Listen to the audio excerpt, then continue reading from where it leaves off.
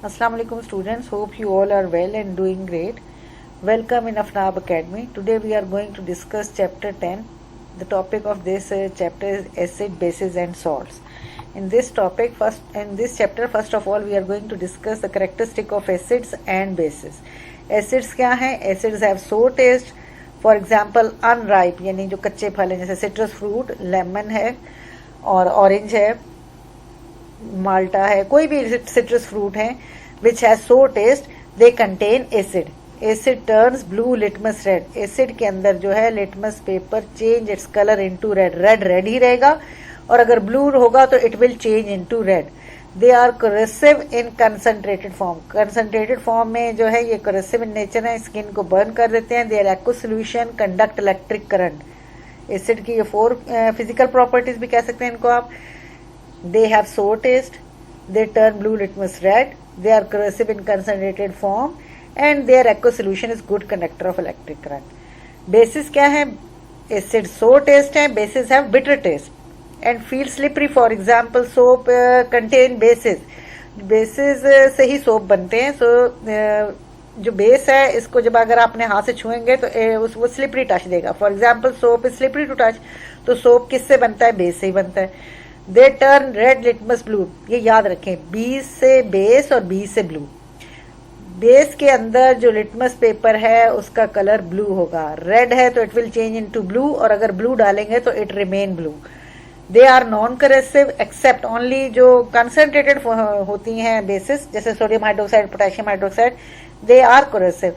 लेकिन other than sodium hydroxide, potassium hydroxide, they are not non corrosive है. They are aqueous solution, conduct electric current. दोनों के एक्व solution जो है वो इलेक्ट्रिसिटी को कंडक्ट करते हैं, यानी both are good conductor of electricity. These are the physical properties of acid and base.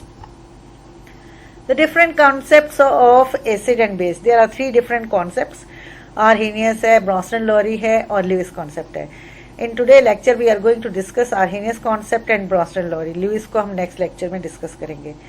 The first concept, Arrhenius concept, and it was given by a scientist Arrhenius in 1787 में. He said, acid is a substance which dissociate in aqueous solution. जब उसको aqueous solution में डालते हैं तो it will dissociate and gives H plus ion या hydrogen ion. ये general equation है HA. HA is an acid, general acid है. When it will dissociate, इसका aqueous solution है. Aqueous solution mean dissolve in water. When this aqueous solution dissociate, hydrogen आइन अलग हो जाएगा और एसिड का ये जो कॉन्जुगेट एसिड भी कह सकते हैं इसको, ये अलग हो जाएगा, जो नेगेटिव एनाइन जो है. सो एसिड क्या है? Acid is a substance which dissociate in aqueous solution and give H plus आइन. इसके मुताबिक वो तमाम एसिड है जिसके अंदर H मौजूद है, like HCl. HCl hydrochloric acid, it contain H. When it dissociate in aqueous solution, it gives H plus and chloride negative. HNO3 is a nitric acid. जब ये डिसोसिएट होगा इसका एक्वस सोल्यूशन में तो H प्लस मिलेगा और nitrate आइन अलग हो जाएगा. एसिटिक एसिड, अब इसमें जो ये वाला हाइड्रोजन है ना, ये डिसोसिएट होना है, ये CH3COO अलग नेगेटिव एनाइन बन जाएगा. सो एसिड क्या है? Acid is a substance. अब देखें तमाम तीनों चीजों में H प्लस आइन जो है वो प्रोडक्ट में है.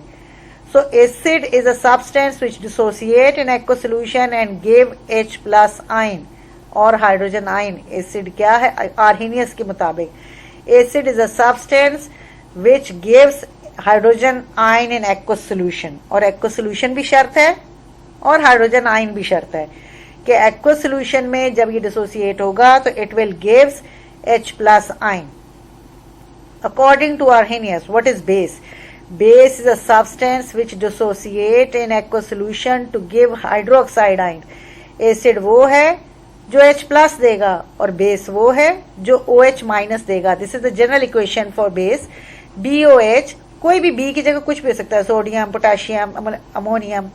When BOH ionize, it gives B plus and OH negative. The example of this, sodium hydroxide जब आयनाइज होगा इन एक्वस सोल्यूशन तो it gives sodium ion and hydroxide ion, या इसको हाइड्रोक्सिल आइन भी कह सकते हैं. Clear? So what is a base? Base is a substance which dissociate in aqueous solution to give hydroxide ion. Acid वो है जो हाइड्रोजन आयन देगा और बेस वो है जो हाइड्रोक्सिल आयन देगा। Clear? So according to Arrhenius concept, acid give hydrogen ion in water और बेसिस गिव हाइड्रोक्सिल आयन या OH negative ion in water. Clear? So there is a limitation of Arrhenius concept, क्योंकि Arrhenius ने तो कहा था एक्व solution में ही होगा और एसिड वो है जो H+ दे और बेस वो है जो OH- दे। देयर आर सर्टेन एसिड और बेसिस हैं जिनके पास H या OH नहीं है।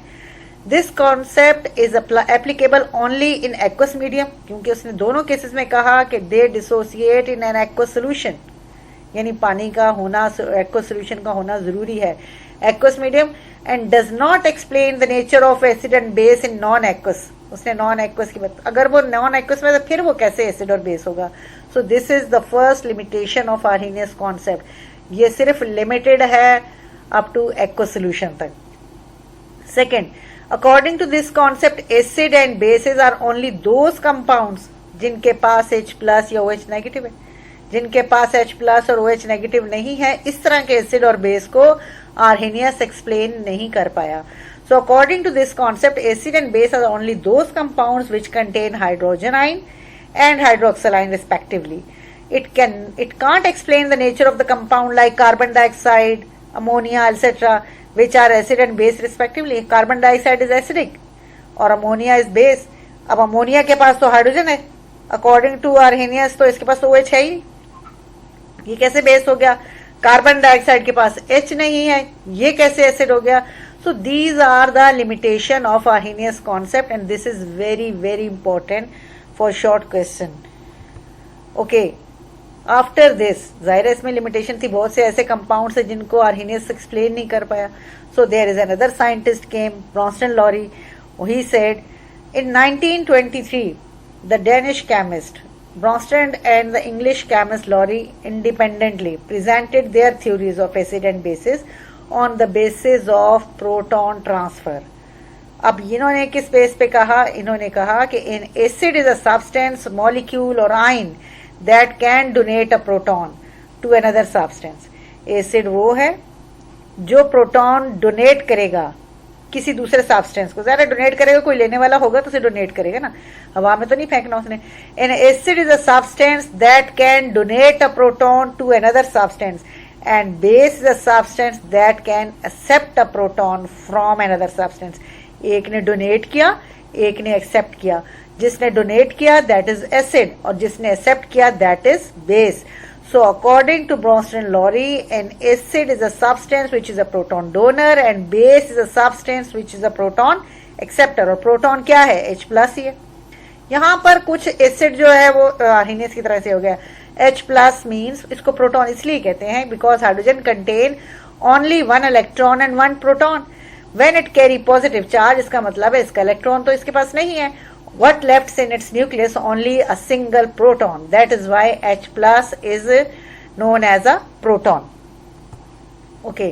For example, look at this.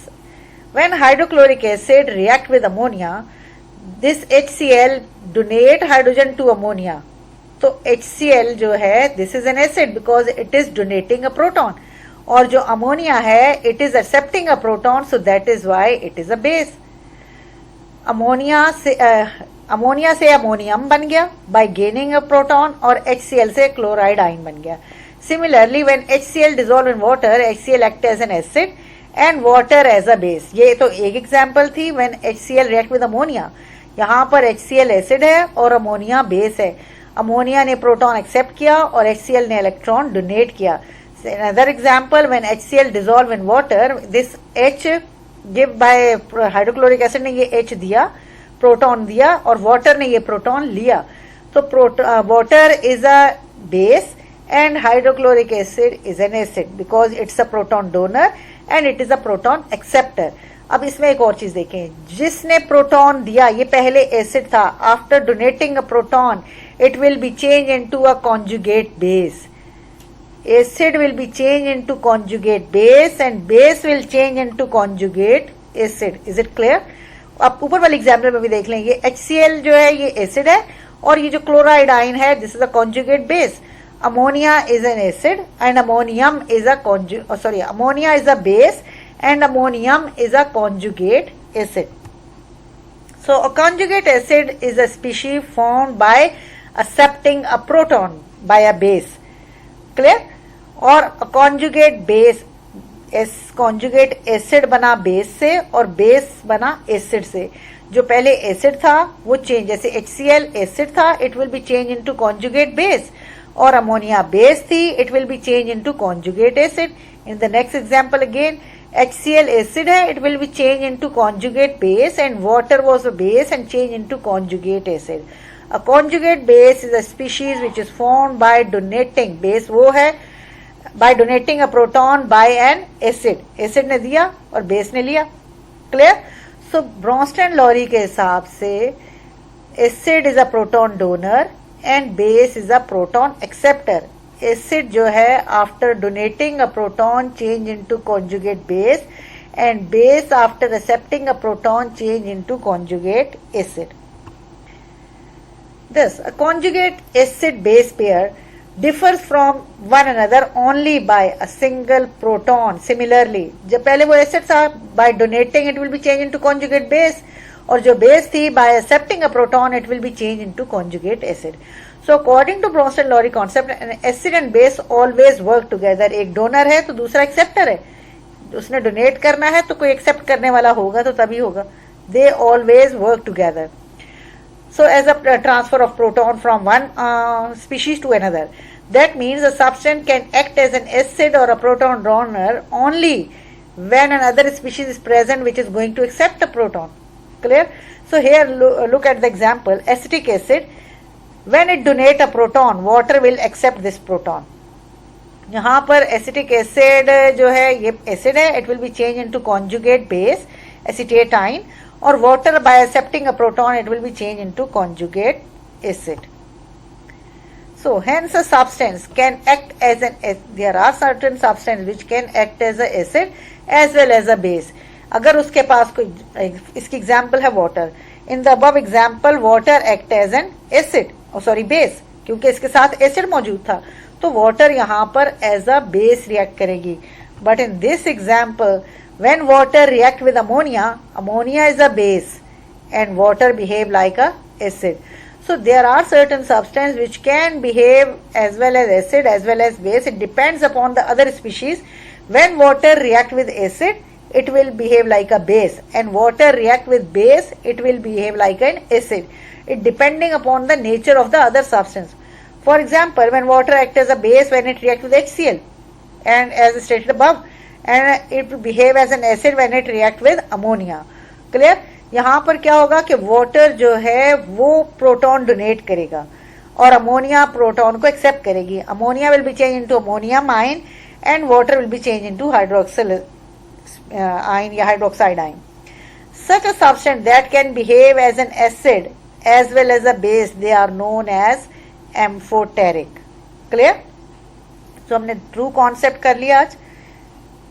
Arrhenius concept, उसके मुताबिक क्या था? Acid is a substance which donate H plus ion in an aqueous solution, और base is a substance which can donate OH negative ion in aqueous solution. फिर Bronsted-Lowry आया, क्योंकि वो तो उसकी तो लिमिटेशन थी, aqueous solution तक ही था और सिर्फ उन एसिड और बेस को एक्सप्लेन कर पाया जिनके पास H plus और OH minus थे, और जिनके पास ये H plus और OH minus नहीं थे वो अकॉर्डिंग टू Arrhenius कॉन्सेप्ट जो है दे वर नॉट एक्सप्लेन. सो फिर Bronsted-Lowry आया. There is another scientist, he said that acid is a proton donor and base is a proton acceptor. So there is again limitation for Bronsted-Lowry. That is why the other scientist came. It has been observed that there are certain substances which behave as an acid though they do not have the ability to donate a proton. जैसे sulfur trioxide, carbon dioxide, they don't have a proton. Similarly, calcium oxide behave as a base, but it cannot accept a proton. ये proton को नहीं accept कर सकता. Sulphur trioxide के पास proton है ही नहीं, hydrogen है ही नहीं, तो ये दे नहीं सकते, ये ले नहीं कर सकते. इसका मतलब है देयर आर सर्टेन स्पीशीज जो Bronsted-Lowry भी जिनको एक्सप्लेन नहीं कर पाया. So these are the limitation of Bronsted and Lowry concept of acid and base. Clear? तो कल हम जो नेक्स्ट लेक्चर होगा उसमें हम इसके बाद एक साइंटिस्ट आया ल्यूइस, उसके बाद वो एसिड एंड बेस की कंप्लीट डेफिनेशन होगी. We will discuss in the next lecture. I think that is enough for today, and thank you students, and don't forget to subscribe my channel. Okay ji, Allah Hafiz.